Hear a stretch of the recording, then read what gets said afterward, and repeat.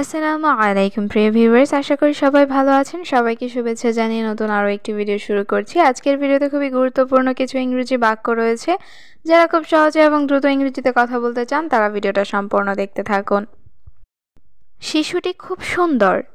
এই বাক্যটির ইংরেজি অর্থ হচ্ছে the baby is very cute. এখানে দ্য বেবি অর্থ শিশুটি, ভেরি অর্থ খুব, কিউট অর্থ সুন্দর। The baby is very cute. শিশুটি খুব সুন্দর। দয়া করে আমাকে বলুন।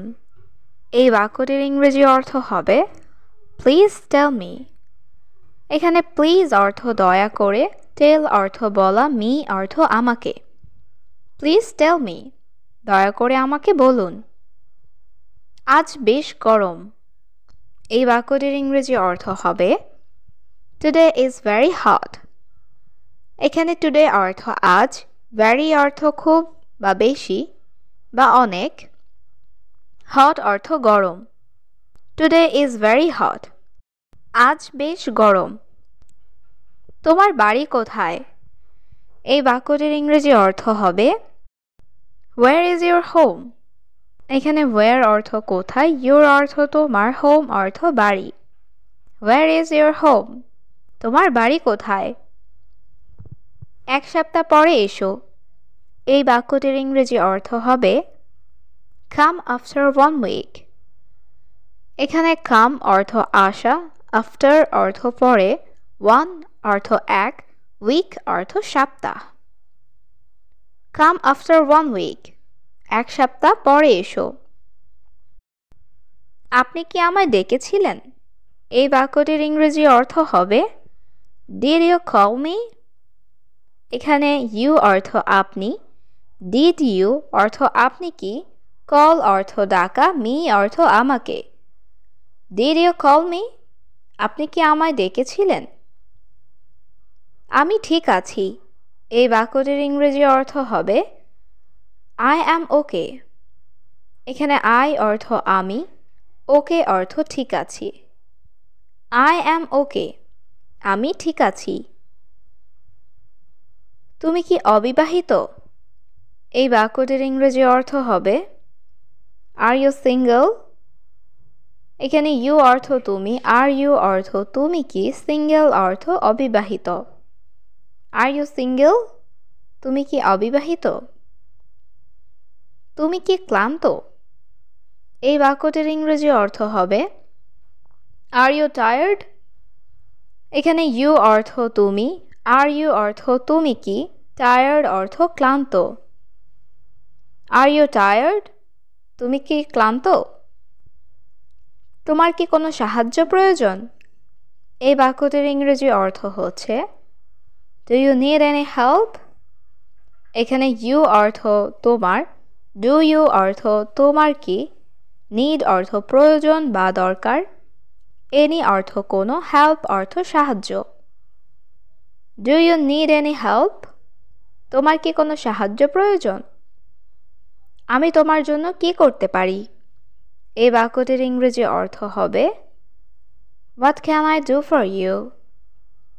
এখানে হোয়াট অর্থ কি, ক্যান অর্থ পারা, আই অর্থ আমি, ডু অর্থ করা, ফর অর্থ জন্য, ইউ অর্থ তোমার। What can I do for you? আমি তোমার জন্য কি করতে পারি? আমি ইংরেজি শিখছি।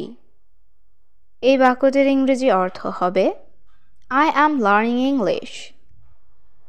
এখানে আই অর্থ আমি, লার্নিং অর্থ শিখছি। আই অ্যাম লার্নিং ইংলিশ, আমি ইংরেজি শিখছি। আমি এখন ঘুমাবো। এই বাক্যটির ইংরেজি অর্থ হবে আই উইল স্লিপ নাও। এখানে আই অর্থ আমি, স্লিপ অর্থ ঘুম, নাও অর্থ এখন। আই উইল স্লিপ নাও, আমি এখন ঘুমাবো। আমার অনেক কাজ আছে। এই বাক্যটির ইংরেজি অর্থ হবে I have a lot of work. এখানে আই হ্যাভ অর্থ আমার আছে, আ লট অফ ওয়ার্ক অর্থ অনেক কাজ। I have a lot of work, আমার অনেক কাজ আছে। আজ শরীরটা ভালো নেই। এই বাক্যটির ইংরেজি অর্থ হবে Today the body is not good. এখানে টুডে অর্থ আজ, দ্য বডি অর্থ শরীরটা, নট গুড অর্থ ভালো নেই। Today the body is not good. আজ শরীরটা ভালো নেই। তুমি দেখতে খুব সুন্দর। এই বাক্যটির ইংরেজি অর্থ হবে ইউ লুক ভেরি বিউটিফুল। এখানে ইউ অর্থ তুমি, লুক অর্থ দেখতে, ভেরি অর্থ খুব, বিউটিফুল অর্থ সুন্দর। You look very beautiful. তুমি দেখতে খুব সুন্দর। আমার টাকা লাগবে।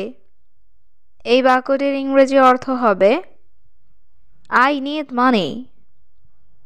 এখানে আই অর্থ আমার, নিড অর্থ লাগবে বা প্রয়োজন, মানি অর্থ টাকা। I need money.